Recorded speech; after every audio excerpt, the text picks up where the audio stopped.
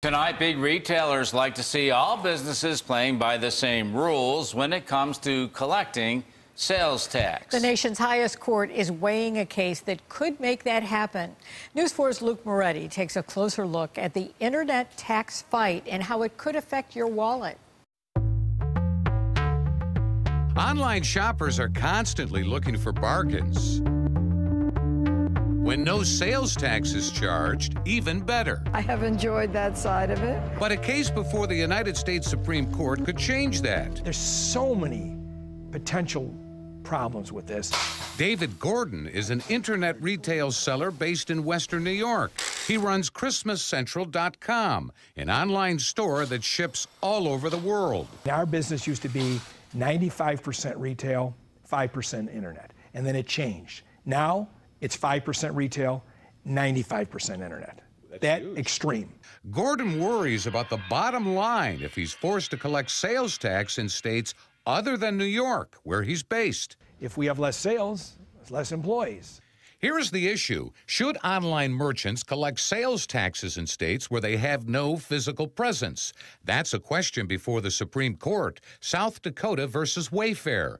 The petitioner seeks to overturn the Quill decision of 1992, which holds that states cannot force sales tax collection by vendors who do not have personnel or property in the state. I don't think that this really will change individuals' decision to whether or not to shop online. Nicole Kading is with the Tax Foundation in Washington, D.C. There's more than actual 10,000 different sales tax jurisdictions across the country, meaning there's more than 10,000 different tax rates and tax bases, and this is a bit difficult for any retailer. It's estimated that a ruling in favor of South Dakota could pump up to $13 billion a year of new tax revenue into the coffers of state governments. Obviously, really large states that have a lot of population, like New York, California, I mean, we're talking about some pretty big numbers here that are in play. Stephen Elwell, Vice President of Level Financial Advisors, thinks there's an argument to be made that times have changed when it comes to e-commerce. As the online experience of shopping gets bigger and bigger, there's enough money at play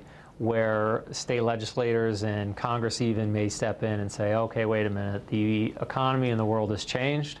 Do we need to change any of our laws and taxes to reflect that? The bigger e-commerce companies already collect and remit sales taxes because they have a presence in all 50 states.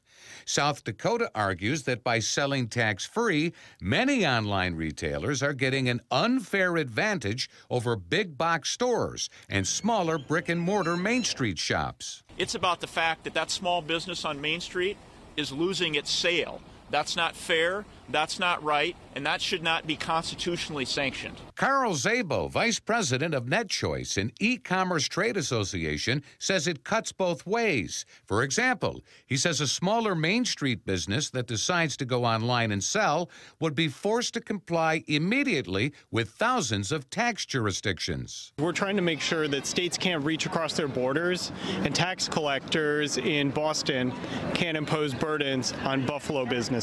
David Gordon says he's already receiving threatening letters from other states, even though his online enterprise is located in Western New York. Several states are playing that game, and if you don't, we're going to do this to you. We're going to sue you. The Attorney General is going to call you. Even though you don't have a presence there? No presence. I feel they have no jurisdiction. They're not just doing this to me. They're doing this to everybody. The question remains, will the Supreme Court reverse course and argue that online commerce is so pervasive now, the physical presence requirement no longer makes sense? I think what might happen, though, is the court might give us a bright line rule and just saying any online commerce is subject to state sales tax. You know, that would be an easily appreciable standard to follow. Basically, any of the 50 states can charge sales tax. For now, it's anyone's guess how the nation's highest court will rule and what it'll mean for online sellers. I believe in a fair playing field, but I think this has really, really got to be thought out, and I hopefully they don't make a snap decision on this. You know, David Gordon collects and remits sales tax on any sale made in the state of New York. That's where he's based, right? But if he's forced to worry about tax formulas in other states, he believes it'll be very complicated, not just for him, but other online sellers. A ruling in the case is due by the end of June.